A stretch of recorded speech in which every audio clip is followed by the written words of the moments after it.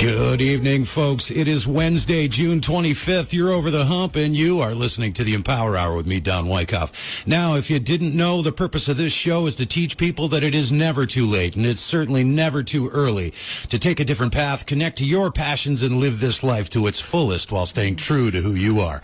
Now, joining me tonight is an Oneonta-based hip-hop artist making waves both on the stage and online, blending music, media, savvy, and community spirit to inspire and motivate people to be true to who they are and encourage them to follow their own dreams. He implemented his passions for music at Hartwick College, where he became a staple of campus events like Wickstock, and even landed an album distribution deal with Identity Records on his senior year at Hartwick.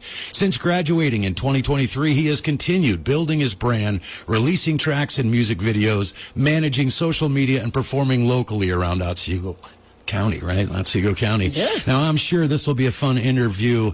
King Konye, welcome to the show, brother. What is up, 607? I am honored to be on a show, specifically to be on a show about power and a show about truth and passion, man. I can feel the passion in you. It is infectious. Good, man. Good. I got to tell just the people a little backstory. June 19th, I was a host of a June 19th event, which I did not expect to do, but I always say yes when the energy feels right. I go to this show, and I see this young man step on stage and absolutely blew me away. Not only because of the musical performance, not only because of the energy, not because of the style of his character and his avatar, but because he brought an honesty that I have never seen up close, first song, and had me going, wow. And it was because you used a mirror. I'm just going to tell the backstory real quick about mirrors for me. To me, I've always loved mirrors, antiques especially, because I know how many souls looked into those mirrors and had honest reflection. It's the only time we have honesty truly from ourselves to ourselves is in a mirror. So when this cat pulled out a mirror, turned you back to the stage, and then just started going into this song, you had me, dude. What's the story? First off, I'm honored that song even touched you, because when I wanted to write that song, I had an intention to only perform it one time. Ready? So last year, I was invited to perform at a Juneteenth event, and I said, I'm not going to do my regular style of song because I love everything that I do, and I love to keep it upbeat and positive. However, I'm very, very serious about trying to remind myself and everyone that I know that hopefulness is not about sunny days. Hopefulness is about looking for the sun in the clouds. You know, it's about acknowledging the seriousness. So for Juneteenth, I didn't want to just do my normal thing. I said, I'm going to write a song about my experience. Now, something about me, I'm from an area called Clifton Park, New York. Mm-hmm. This area is a predominantly white environment, and I'm very blessed that my parents, you know, were able to raise me in an area where I did feel safe. However, in this area, there is not as many black people. There's not many people that looked like me. So a common thing that I had to deal with was the people who did look like me would treat me as if I was too white to be with people that look like me. Like, they treated me like I was too white, and they talked to me about that. And my first name is Paul, so they'd use that as like a staple of saying, you're not what you look like, you're not who you are. And all my white friends would always immediately make me a poster child and single me out. If there was another black person walking on the street, they'd say, hey, look, you have a friend. And it was, you know, and I hated having to stand out just because I was born with this color that to me, it was like I was just born different. That's what it was in my mind. So in that song, I pulled out personal examples, like being at Newa Park in Oneonta, New York, and a man told me that he was disgusted that I breathed the same air as him, and I have a different skin color than him, and I'm not willing to sell him drugs that I don't do. And I'm like, this is shameful. And it was a stab in my back, because I was like, I spent my life trying to become this person that other people would accept, and it's like I'm not even accepted being that person. I was honored to share it. So yeah. You touched me in the explanation of what happened when somebody said and gave you a compliment to you, and said that you were. People would say that I was basically a white black person. People would say that I was white, and I would act white. And I used to tell them, thank you. And then I had a stepmother. Oh, God bless her heart. I had a stepmother that heard me say that. And she told me, she said, don't say thank you. I said, why? She said, because it's not a bad thing to be black. And that moment actually changed my life, because I ran away from myself. I ran away from my skin color, and I felt like I couldn't, on days where I couldn't keep a smile, but I felt like I had to, because I was like, they'll receive me as this aggressive, mean person. Like, even my teachers would kind of point it out sometimes. They'd say, oh, I could tell you're going to be the angry student on the first day walking into class. Like, I felt like, oh, I had to become this person. And then when my stepmom said that, it just reminded me, like, even if people do think that's a good thing, I need to know it's okay to be black, because I was born this way, and I'm a human being. I'm just as human as everyone else. Yeah, good for you, and I'm glad that you had a stepmom that really let you own who you are, because, yeah, man, we're all trying to fit ourselves in all the boxes that are acceptable, and it's the box that I keep telling people they got to break out of, that social normality, that expectation and stereotype. That stuff keeps us confined. The only way to find success is to be honest with yourself, figure out what your passion is, and then find ways to plug into it, and your life will become joyful. You'll be accepted no matter what race you are, sex you are, or how you identify. Like I said, man, I'm a 55-year-old white dude. I am a musician, and I know music. Performance arts, I know. And I saw all of that and the purpose of my show in one song that you did. Now, what was the name of the song? I called the song Scared of the Dark, because it's me running from my blackness. Okay, so if you don't mind, and it'll be easier than signing the waiver, you don't mind that I play your songs on my Spotify channel, right? I do not on mind. I appreciate that. Okay, so we're going to plug you with all of those songs. Folks, you can check out the Empower Hour on Facebook, Spotify, Amazon, all those podcasty places. Just type in the Empower Hour with Don Wyckoff, and you'll find a distributor somewhere. And then go ahead and listen to this. It will be up next Wednesday, so I hope you guys will check it out and listen to the songs that I don't have the time to play, because I really want to spend time with Mr. King Konye. Dude, I got to tell you, man, you've got the total package. You got the looks, you got the hair, you got the dance moves, you got the excitability. Man, those kids were cranked in there, man. Listen, that's not easy to do, especially when people don't know who you are, right? To come out and move them, but that's why they were moved, is because of the honesty, man, because of how sincere you were in the performance.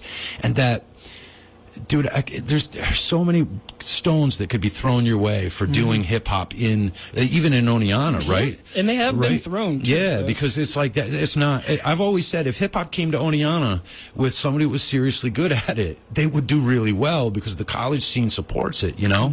And I've never seen it. So to see you come out it was beautiful to see. I thought it was a couple decades too late, but nonetheless, you showed up, man. Man, so there's a couple things I just want to tap into.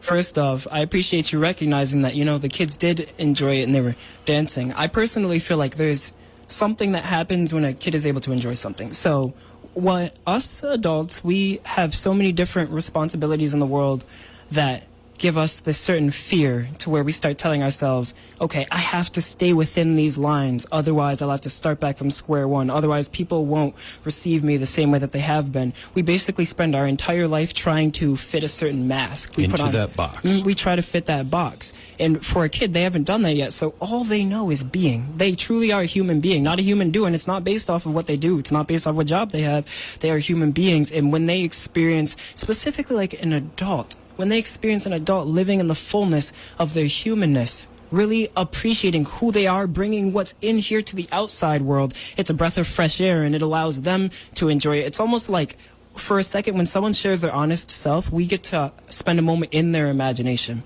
We get to hear new perspective. I appreciate that. We get to hear new perspective.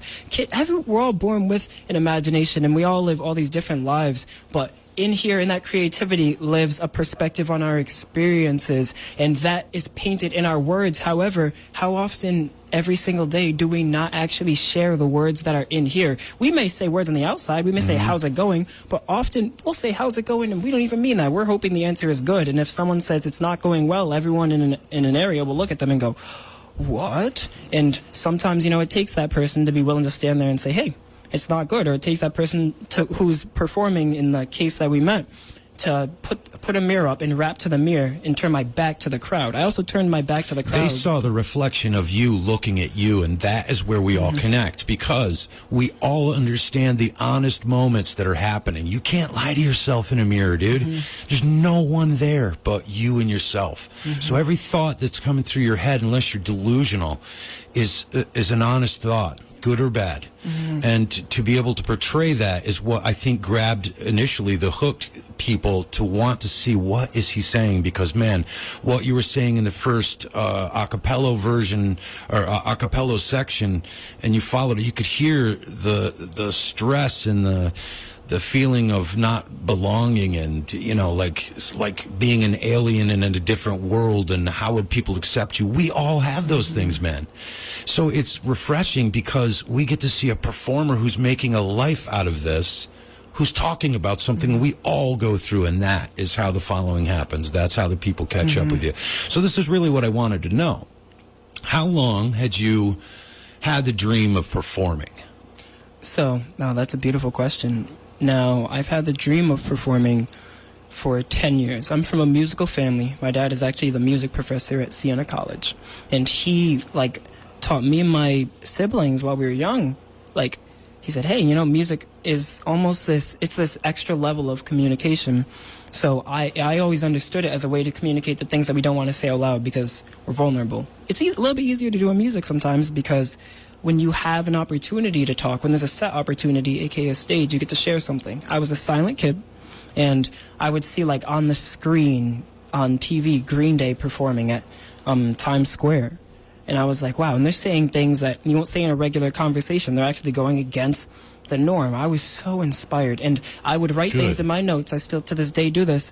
I write things that I will never share the world, knowing I will never share to the world. I know I'll never share some of these things, but when there's certain ones where I'm like, I want people to know this, it's something that's so strong inside of me that I'm like, I don't even care sometimes if no one's willing to hear it. I'm just going to share it because it's there. And that was what I tried to bring on stage. I actually do a specific thing before I step on stage every time. For me, personally, it's a prayer for me, but I try to remind myself, and I say, my most important thing is when I go out there, I want to lower myself.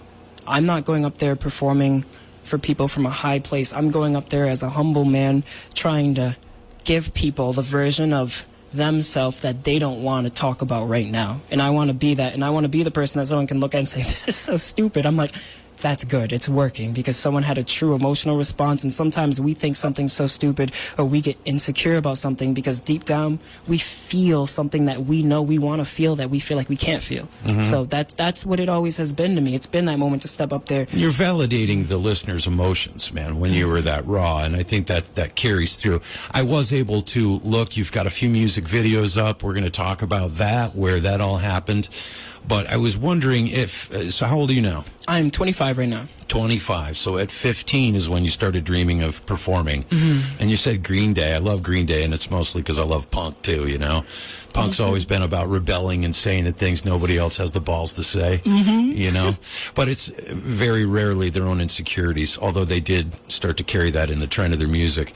I think it's great, man. And so what is you went to college, you went to Hartwick. What were you going to college for there?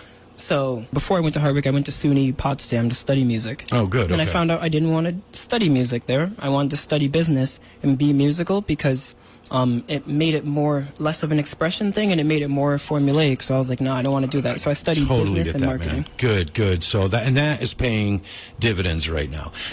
Because you're a self-promoted, you're self-push, everything you do is, you got your hand in it. Because you understand the game and you studied it, right? Now, let me ask you this. Was it required to go to college? Could you have learned that on your own through, the various, outlets that we can find free videos and stuff? I'm not trying to take anything from it. Here's what I'm trying to say.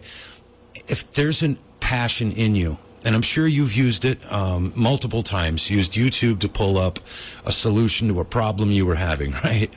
So I guess what I'm trying to say is there are people out there that will hear Hartwick College. They know that's the prestigious school in Oneonta. Maybe I can't afford that. Well, I don't really have a shot. And a lot of us will go, well, I can't go to college. Well, I'm not 25. Well, I'm not blah, blah, blah. We just make excuse after excuse after excuse why we can't, because it's easier than facing the truth that we don't have the balls to step outside and do it, right? So what I always try to get people who have the college education is to say, could this be learned? The business side of it, could you learn to be a better marketer? Could you learn to make money on platforms, social media platforms, free? So this is a great question. You know what my answer is? You could absolutely learn these things without college. Now here's the thing though. I couldn't have. And what the biggest asset of college that you will have if you go to college is community. The biggest asset that I believe any human being can have is people.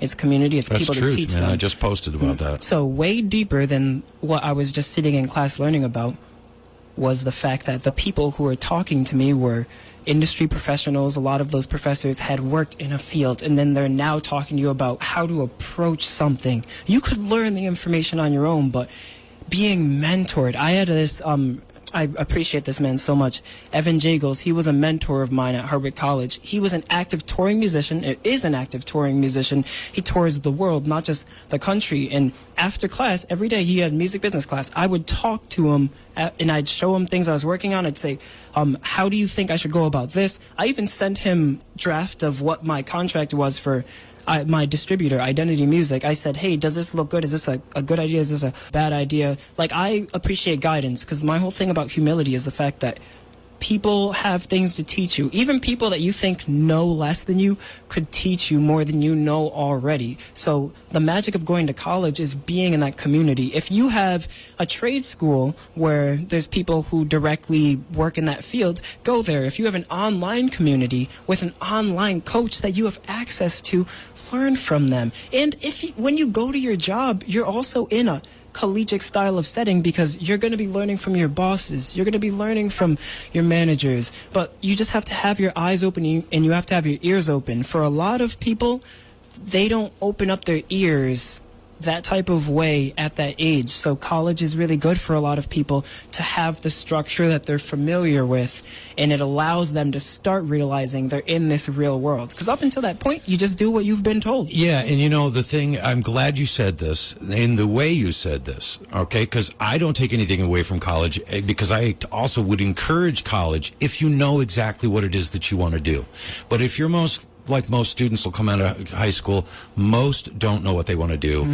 Most will get into, let me get the prerequisites out of the way, and they just and they take a lackadaisical, almost arduous task of it, going to school every day. If you have a passion, this is my point. So I talk about VEMA, we'll get into that in a minute, but the true core is understand your passion, which you did, right? And then surround yourself with the people who are doing those things. Now that is the college and the community that you're talking about, right? But if you know the passion and you surround yourself with the people that are at the places doing the things that you want to do, you're in. Here's why. Because of this formula, VEMA. Validation, empowerment, motivation, and announce. I'm going to wrap this up real quick so I don't take more time of you, but I want you to know that I see this process in you, and this is why I want to bring it out, okay? First, validation. People are listening to your music because they are validated by what you're saying about your own insecurities and weaknesses, right? Thank you. Yeah. They're empowered because they know somebody else is thinking like they do. They're then motivated because they feel like, oh my God, if he can do it, I can do it. If he has a path, I can find one myself.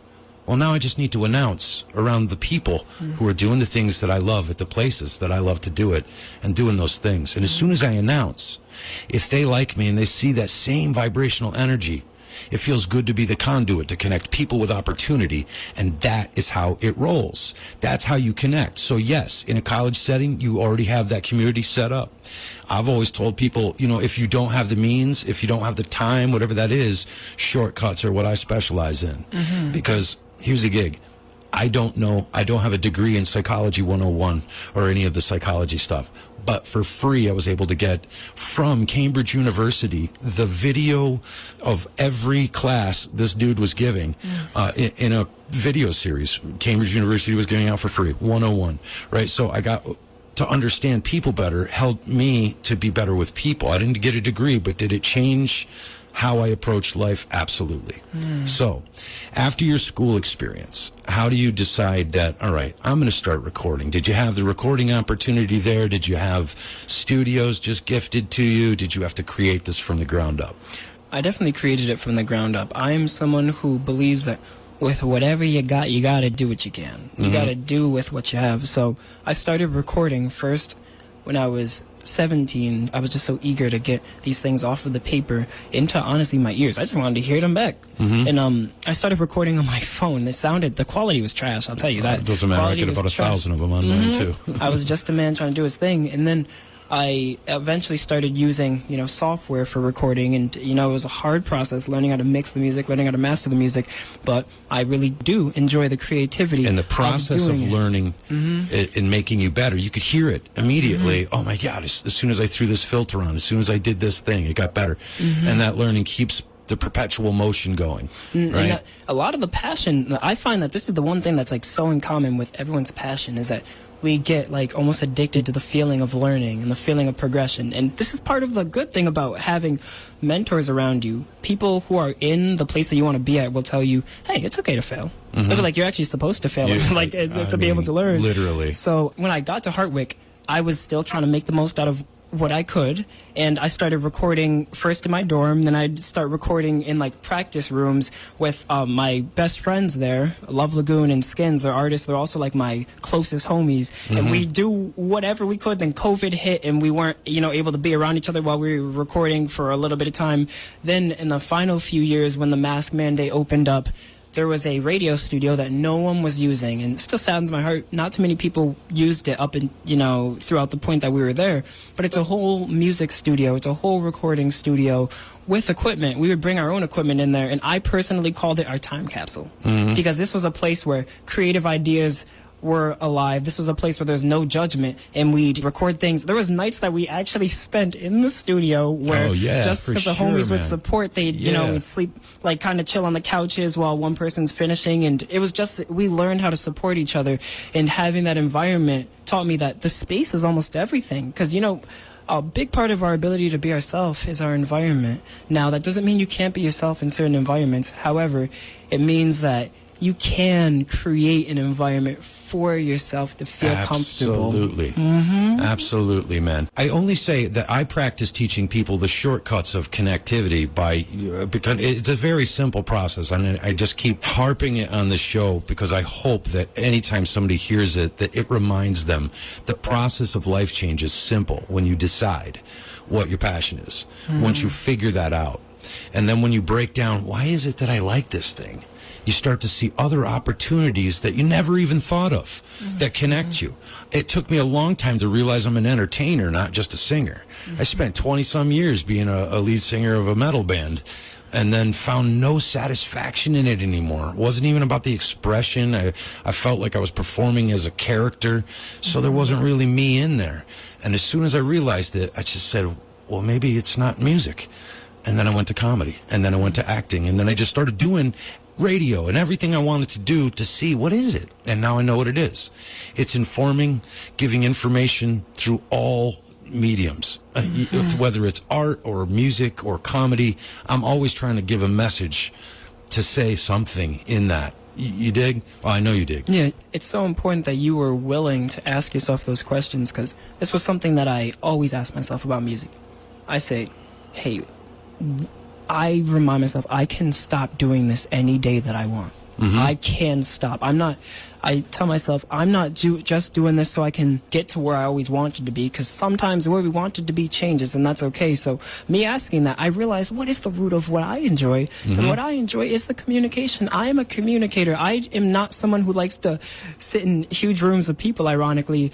I'm someone who has few friends. I love every human being I talk to, but there's the people that I'm close to, and I like the intimacy of the communication of those little moments. But you don't go seeking out the people. I don't. They just right. So that's such a weird thing, because I have always said I am an introvert with practiced extroversion.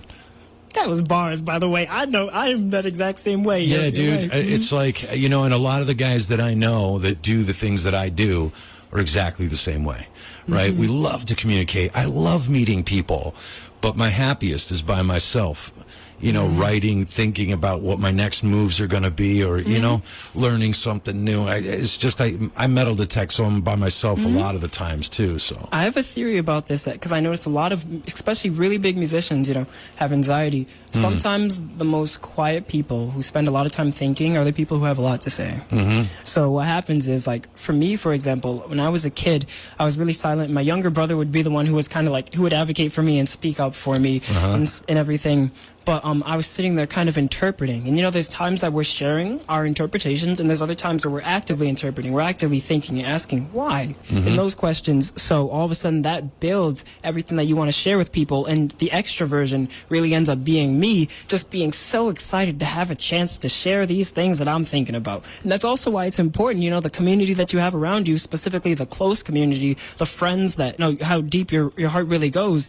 Those people you can have those conversations with, because it's not often that there's a space for real intimate conversation. Life is fast moving, and that's right. It's important. How you doing? What's up? Good, man. Hey, all right. Later. Yeah, the fact that it's most common, if you say what's up to people, they'll say what's up back before they'll actually tell you what's up. Like that, I have a problem with that. I got beef with that. Yeah, me too, man. And I got to tell you, so I do the motivational thing, and years ago I was way more active, because now I'm tangled in what I do now. But I would go up to the college, Niana, both Hartwick and Suco, and in 2006, I could walk through the halls and down in the corridors outside and stuff and see people, and you know what I mean? In 2016, it was like a completely different universe, man. People were just, nobody was looking at each other. Everybody was looking at their phone in between classes. And I mean, it was weird, dude. I felt like I was in another time zone or something. Now, granted, I'm 55, so it's a little more remarkable to me that I would notice it, Before we get going, folks, I just want to thank you and tell you thanks for supporting WIOX. Please remember, you're listening to the Empower Hour with Don Wyckoff, and you can find it anywhere on Spotify, Amazon, any of those little wacky places that they have the podcast. You're here at 91.3 FM, MTC Cable Channel 20, and on the campus of SUNY Delhi at 107.5. And, of course, you can always find us at WIOXradio.org. Now, if you're just catching up, joining me tonight is Paul King Konye. He is an amazing performer, hip-hop artist. Like I said, he's making waves everywhere he goes, making friends everywhere he goes, and sometimes it only takes one song. But before I get going on what I'm about to do, because you touched on something, you were saying that you felt awkward as you were young, and, is that what made you want to create this song in particular, or was this just an observational thing that you noticed throughout life? I feel like spontaneous moments are a moment where we get to see our true selves. I, one day, was just sitting at my editing desk, and I had, like, winter gloves on, and I had a short sleeve shirt on. And I was like, I can't even make up my mind whether I'm hot or cold. And I was like, that is a perfect picture of my entire personality. And I've always had this identity, like, internally of, like, being awkward and not fitting in. And I was like, wait a minute. I was like, then that's just how I fit in. And I broke free from feeling like being awkward is a bad thing. We're all awkward. Dude. We all are. Everyone feels like they're out of place, and where we all fit in is the fact that we're all different. That's why it's magnetic when someone's awkwardness is alive. That's why performers are looked at and people like aspire to be them, because they're like, whoa, you're being yourself, even if they're not saying it out loud. Sometimes the best form of flattery is someone in the Instagram comments saying, why would you do that? That's so weird. Like, thank you, bro. It is so weird. That's why I did it. Yeah. And it made you write me to ask me why I would do it. So I made this song awkward. Equals engagement. Speaking of awkward and just the moments and what you just said about so what, bring that awkwardness out, and maybe that's how I do fit in. That, again, takes the honesty of the listener. And they listened to you and they felt that, you know, because you're right, man. We all feel awkward. We all dress this meat suit up to project an image that we can have people see, and hopefully they'll see it and make the right judgments and leave us alone because we are not the guy to mess with, or whatever the deal is that your mask is making you do. But it's very rare that we're real with ourselves. Not to take any thunder from what we're talking about, but this immediately made me think of a friend I think you have as well in common, and his name is Alex Reba. Do you know Alex? I do know Alex. Okay. Oh my gosh, yes. Alex Reba, got to give you a shout out, dude. He's one of the dudes that I've known for a long time, and he has worked his ass off to take his anxiety and take it to a stage. And I was at a show one time. He was going up. It was his first show that he put together. And we talked, man. Listen, if it's a vision, you have it, make it happen. Ask questions later, man. He did exactly that. He gets that first show. And he goes up in the first set. I could see he was so panicking. Will people like me? Will this, that, or the other thing? He comes off the stage. And I was like, Alex, check it out, man. People understand you are nervous. Go up there and be nervous. Own what you are, because we all relate to it. Now just make that funny. He took his jokes and he let the anxiety in, and he told everybody. And by the time that show was over, he had, he was host, so he got 3 opportunities to come out. But he was amazing. He was better than most of the dudes that were there, because we so fell in love with the fact that he just said and went for it, He had a real person talk to him that day, so thank you for sharing that with him. Yeah. Because it takes someone to remind us, like, we say, oh, I can't. Well, I'll go up there and be nervous. Like, okay, then be nervous. Oh, you meant me. You're I thought valid. all right. Yeah, no, absolutely, yeah. Thank you, man. No problem. Well, because we need people around us who are going to say, yo, like, be human. Like, you're good, bro. Like, you're straight. Sometimes we forget to remind each other of that, and it's just assumed that everyone's just, on the same page. No, the fact that he embraced it probably made people so happy, so comfortable. I actually went to a comedy show that he was hosting, or he was the host of, at the Foothills, and I enjoyed it. He actually made jokes about being anxious, and I stood there and I was like, yo, it's true. Yeah, that's exactly right. And that's why we all identify. He validated our emotions through that by being willing to be honest, and that is your gift. Now, I'm going to play a song that you wrote about people being awkward. Well, let's hear this. This will be my first time. World premiere right here on WIOX 91.3.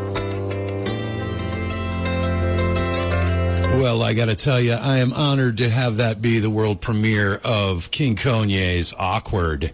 I hope you guys dug it. I certainly did. And again, you hear that honesty. You hear what you're talking about, and it's so relatable. It's relatable to people my age. It's relatable to young kids. And this is, again, why I say I really think I would love to see you hit some of these schools and inspire some of the kids, because, dude, they need to know that being awkward is okay. They need to know that it's possible to take that awkwardness and turn it into art, And that's a message that I think you would have no problem carrying, and I'm sure the school districts will support it. I'm on the board of directors on one of the schools, so we can make that happen, at least in the Oneonta School District. So I would love to actually share that with students specifically, because they're in a stage of life where they're discovering who they are. So this is the prime point for them to acknowledge their awkwardness and acknowledge it as a good thing. Because the thing is, every single human being, I don't care who you are, we are all leaders in one way, shape, or form. There are people who look up to us, whether it's a younger sibling, an older sibling. It could even just be a friend, or sometimes even a teacher. There are people that are watching us, how we go about our life, and it could bring them a little bit of freedom when they see that we are embracing that awkwardness. And I believe that if young people are willing to do that, that's what changes the world. Because the more comfortable we are with ourselves, the more love we'll have for one another. That's right. Absolutely, man. Because a lot of the times that we're not feeling like a loving soul is because we're crushed about the surroundings and the experiences we're going through, the ways we're processing, and it's very difficult. Like you said earlier, we were talking about, hope and, the beauty in the miserable. Because I've come to realize in my long life that every experience that I ever had that was gut-wrenching, that just broke my heart, stressed me to no end, had me to the edge of suicide, were all very important to make me develop into who I am now. And it was so crucial. So, having people get into the understanding that your experiences in life are on purpose, man.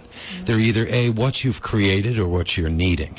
I got to say, man, I'm thinking we need to have you come back and do a live performance in the green room. We've got that set up, the stage up out there. We could shoot video and run that on live stream. So you'll have to come back and do that. But we were just talking about inspiring youth, inspiring kids.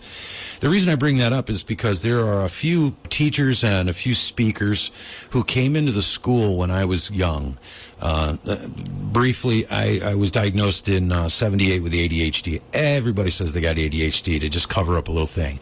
I have hardcore ADHD, and it's caused me problems in my life when I tried to line myself up in the same box that everybody else was in. It was as soon as I realized ADHD is a superpower if you understand that every person on this planet learns differently. We don't all learn the same. We don't all absorb the same information the same way. We don't even see colors the same exact way, right? You ever seen that blue test, pink test? What do you see, pink, blue? I mean, dude, so it was people that were willing to step in and share their story and bring it to that school that actually started to give me some hope to realize that maybe something will be different for me. Because, yeah, that dude's life sucked, and look at him now, right? So regardless of the path that he got there, it was important. So I hope that you'll end up trying to at least work what you're doing into the inspiration side of things in the schools, because I think you're going to be huge. The fact that you just said you'd love to do it is the announcement in VEMA that I was talking about. Validate, empower, motivate, and announce. Announcing around people that like you, that understand your mission, is the first step to getting people to connect and try to help move you forward. So what else is it that you're looking to do with your career? What's next for you? So one thing that I started recently, which I really appreciate, is being in films. I was just a character in the Popeye the Slayer Man horror film. I really enjoyed it. I would love to go deeper into film. And I myself, I'm a videographer with Otsego Media, and I found this amazing passion for videography because I get to document a human being's experience. So down the road, I actually want to start a production center called Kingdom's Entertainment Productions. I would have the building be called the Kingdom's Palace because this is like the place where kings and queens are born. This is the place where I, who goes by King Konye, gets to have a prime opportunity to just serve people, use the talents that I've had, the things that I enjoy expressing. I get to actually give people like what I believe is the right way to bring out of you yourself. And I think this entertainment goes so much deeper than a human being just sharing something. It really is someone pulling out their own humanity. And for a second, we remember that we are experiencing something, whether we want to call it good, call it bad. There's times that are happy, there's times that are painful. However, we're lucky to be here experiencing. We're lucky to feel something, if we do feel something. So I do want to have that entertainment center. Now, something else I already do right now, I do it with Love Lagoon. We actually co-run a recording class at the Oneonta Job Corps Center. Every other Thursday for 3 hours, students get basically free studio time. And the whole purpose is that people who have never made songs before and people who have written songs and wrote them for that class get to record them, and we get to listen to them back together, because there's this moment where we all get to see someone coming out of their shell. You know, we're all nervous, and then a student may say, oh, I don't know if I want to do it. Then their friend encourages them. Then they listen back, and the next week they come up with a song ready. And dude, that it's empowering what you're doing when you do something like that. And I always say, if you have a gift, share it with whoever you can that wants to learn it, because it's one of those things that makes you part of their story, part of their future and their successes and stuff and their satisfaction. And you're in that. You know, I keep saying in this show that life change is so easy you trip over it, because you quite literally do. You don't think for yourself. You don't think, you know what, let me just take this passion that I have and own it, and it's okay that I have this passion. You don't do that. We're not taught to do that. We're not taught to make time for ourselves. I'm just going to give you a quick example. When I was young, one of the multiple things that I wanted to do was become an archaeologist, right? I tell the story a lot, but I think it's important because when I was a kid, my dad looked at me. It was probably the 10th thing I had told him that I wanted to be. I'm like 7 or 8, and I was like, I think I want to be an archaeologist, you know, a rock star, do this, that, the other thing. And he just looked at me and said, Jesus, boy, you got to just stick with one thing. Look at what's in the area, get good at that thing, and then you got job security, you're going to have that third life. And that's probably good advice for most people. But for me, it just violated everything that was in my soul that told me I can do all of those things. It's something that I think we're all taught to just tamp down and forget. But it's what... those little passions that you have, those things that you don't even know why. Like for me, it was the metal detecting that ultimately connected me to the idea of archaeology. And my dad said, no, you can't be an archaeologist. You see anybody digging dinosaur bones here? So at the time I squished it. But then I was doing I was doing motivational speaking, and I was telling people, listen, man, just look at the thing that you love, figure out why you love it, and then think of how ways you can plug into it in other ways, and that connects you to your passion. As soon as I said it, it was like something was dinging me in the front of the head, like, duh, it's metal detecting, man. Metal detecting is the archaeology. I don't even have the patience for archaeology, man. That stuff's too slow, man, sitting there with a paintbrush just dusting a thing, man. I want to dig it, get it, and see it, and wow, bring it back to life, share it with everybody else. And that connected me to so many opportunities, it's ridiculous, as soon as I did it. I like that you're willing to accept that when we don't suppress certain things, even if the exact thing that we start out liking isn't what we're most passionate about, we find our passions that way. Ironically enough, I found rap really a little bit through skateboarding, because I was already doing music and writing songs when I was a kid on guitar. I'd write songs on guitar and I'd sing and stuff like that. But it was when I was skateboarding regularly, and I'd make these little skate videos, and I just loved to listen to rap music while I was skating and make the music videos or the skate videos with rap because of the encouragement and the motivation. And my younger brother would do the same thing, and that's how we got from just being guitarists, bassists, to actually being rappers, because that same inspiration we'd hear from these other rappers, we started using that to encourage our mother. When we were going through certain times as a family, we'd just get out our cell phones and turn on a voice note and turn on a speaker, and we'd rap to cheer her up, and then we'd play it in the car, and we'd all just have this family moment. We did not intend for anyone in the world to hear that. We didn't. Right, but that's using your true passions to convey love and support, man. And that's how we end up finding it. And so it's cool too, because like archaeology, even for you, is so different from entertainment, but it's still the same spark inside of you when you're like discovering something. I think everything has value, and the things, especially back in the 1800s and 1700s, the things that I'm pulling out fascinate me. And they tell a story, and they have a kinetic energy that connects me to that person. It like quite literally connects me to the person. I mean, I found a belt buckle one time. It's 210 years old, right? 220. And it's a specific kind, so I was able to date this belt. But knowing some dude lost that in a field and he was so mad that day, or he was so bummed because he lost it. Either way, he put a lot of energy in it, and here I come and find it 200 and some odd years later and make a belt out of it. He would have never thought that. I just love that connection that he'll never know, but I'm part of his story. He's part of mine. Isn't that weird? It's so weird, and it's beautiful too that you know. So my main passion is entertainment, but yeah, my hobby, my thing that gets me into my own head, yours was skating. So it's important that nobody ever boxes themselves in because of that, because you can like those things that are so different. Now, I'm not even that good at math, but I loved math in school because I loved the feeling of finding the solutions. I loved that I was given combinations. It was basically a puzzle when it was algebra, and I'd be able to figure it out. I loved that feeling. I also love music, which is far left field, is creative. And there's other like little, I feel like, moments that we brush ourselves away from because we start to identify with the things that we do. We start to identify, I'm this person that does this thing. Like, That's no, right. Continue to explore. I actually have been into recently listening to songs that I don't like when I first hear them. Just to figure out why are they popular? So I listen to them because I try to remind myself that I'm not just sitting here to have a subjective experience. I'm hearing a human being share something. So it's like a conversation. Sometimes the topic of conversation not finna be what I'm looking for it to be. However, that's an opportunity to have new perspective on something that I don't even, know about currently. And maybe there's something for me to learn there. Maybe there's a part of myself that I haven't discovered, and that's why I'm not able to enjoy certain pieces of music. So when you understand the reason and the meaning why they created this music, you can feel it in the soul of what they're expressing. You really can. What you were just saying, I connect with so much, man, because as a father, I've got 2 daughters, man. One of them at the time was 16. She's 18 now, but 15, 16 years old. And she would take over the Bluetooth in my car. Because I'm dad, I'm going to allow it, and I'll just listen. And I always said, all right, well, it'll give me a peek into what her world is. It was full of songs about insecure girls. Exactly the same thing. I'm listening to something I don't like. But as soon as I started to think of it in why does she like it, it told a story. And then when it told the story, I had a connection to the song that made me appreciate it.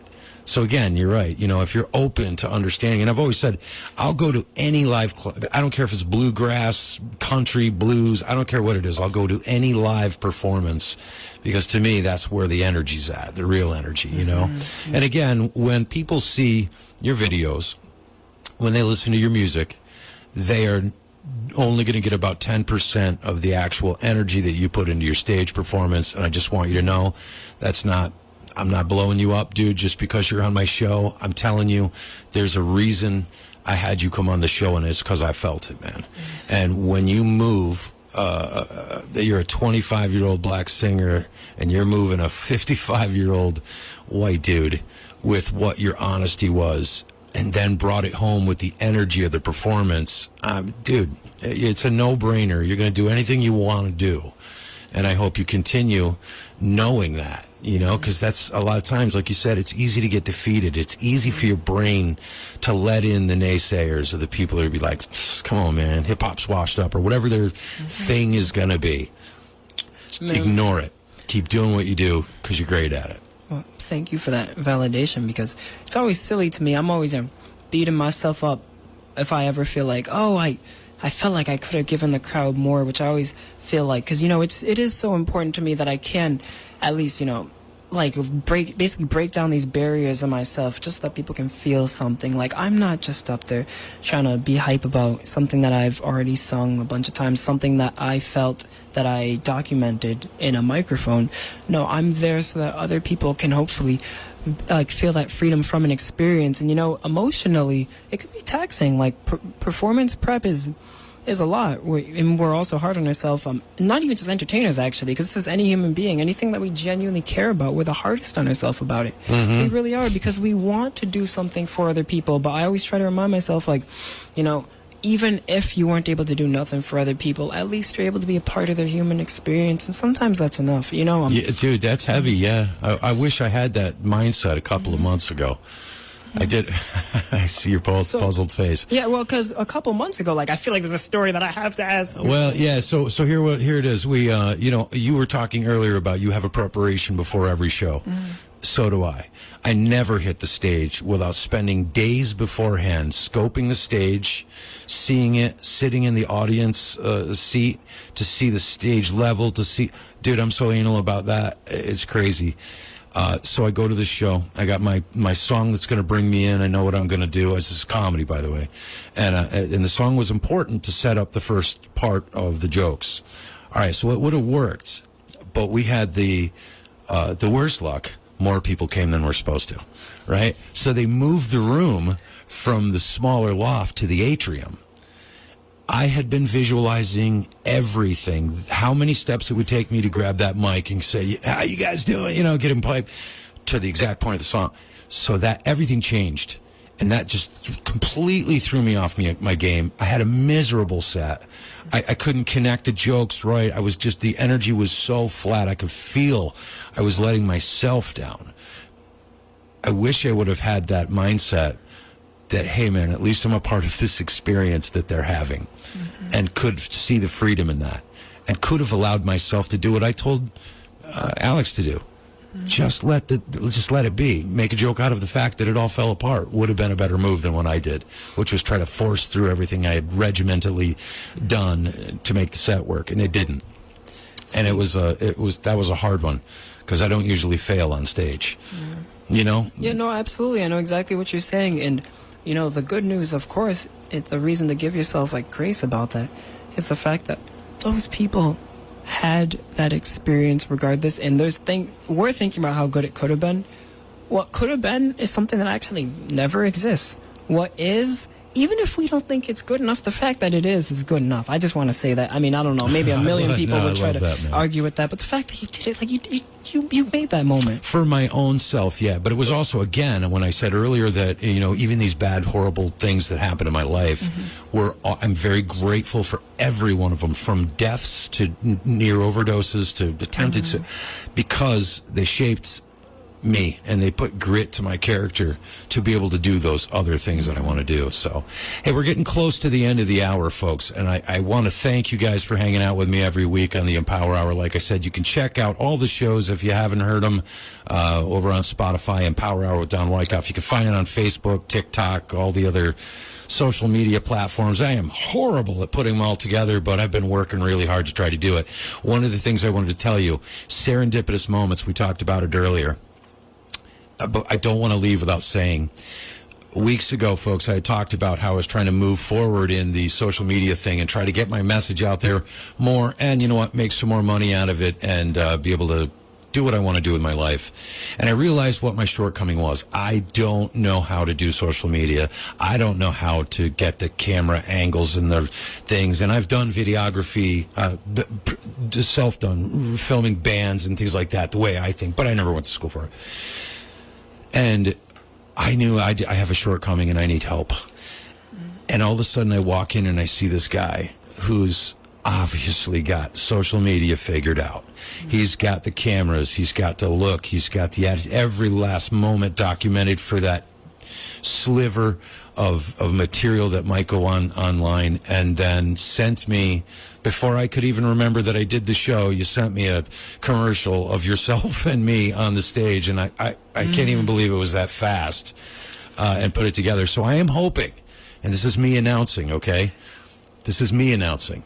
I am hoping that you and I can form a partnership somehow through the motivation and speaking and you performing in that way, but also helping me, the old man, figure out the stuff that you know how to do. So my short answer, yes, absolutely. And I just want to tell you something about social media, which will make you, I think, a human being that is truly so down to earth, like you will appreciate this.